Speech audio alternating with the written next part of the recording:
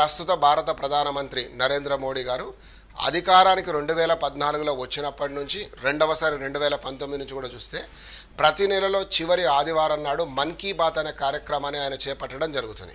మన్ కీ బాత్ కార్యక్రమంలో ఆయన ప్రత్యేకంగా తమిళ్ లాంగ్వేజ్ అంటే మదర్ టంగ్ ప్రపంచ లేదా అంతర్జాతీయ మాతృభాష దినోత్సవాన్ని నిర్వహించుకున్న సందర్భంగా తమిళ్ భాషకు సంబంధించిన దాని యొక్క ఔన్నత్యం గురించి చర్చించడం జరిగింది. ఒకటి తమిళ్ భాష గురించి చర్చించాడు, మరొకటి వచ్చేసి ఈయన ఆయుర్వేదానికి సంబంధించింది, మూడవది మరొకటి వచ్చేసి మనకు ఈ యొక్క ఇండియన్ మ్యూజిక్ అంటే భారతదేశానికి సంబంధించిన భాష, సంగీతం మరియు ఆయుర్వేదం మూరిటి గురించి చర్చించడం అనేది జరిగింది. వాటిని చూద్దాం.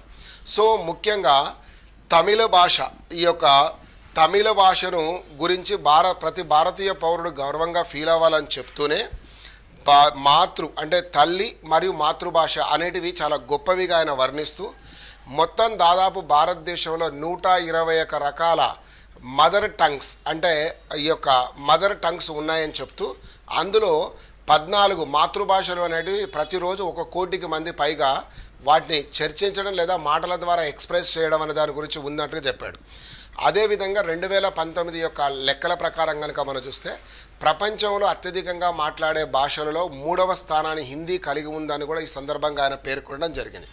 ఇది కాక టాంజానియాలో ఉన్న ఇద్దరు బ్రదర్ అండ్ సిస్టర్ ఇద్దరు కూడా వీళ్ళు కిలి పౌల్ అనే సోదరుడు, మిలి నిమా అని పిలువబడే సోదరిమణి, వీళ్ళిద్దరూ భారతీయ సంగీతం పట్ల ఆసక్తిని పెంచుకొని దాన్ని నేర్చుకొని అధ్యయనం అనంతరం ప్రదర్శనలు ఇస్తున్న దానికి గుర్తుగా ఇటీవల కాలంలో టాంజానియాలోని భారత రాయబారి కార్యాలయంలో వారికి సన్మానం చేయడం అనేది ఒకటి చూసాం.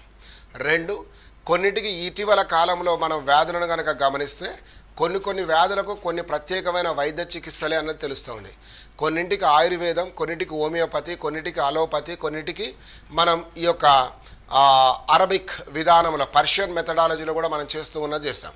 ప్రత్యేకించి కెన్యా ప్రధాని కూతురికి ఈ యొక్క కంటి చూపు మందగించడం బ్రెయిన్ ట్యూమర్ వలన దానికి కేరళలోని ఒక ఆయుర్వేద ఆశ్రమంలో దాన్ని నయం చేశారు అన్నది, దీని ద్వారా ఆయుర్వేదం ప్రపంచానికి ఒక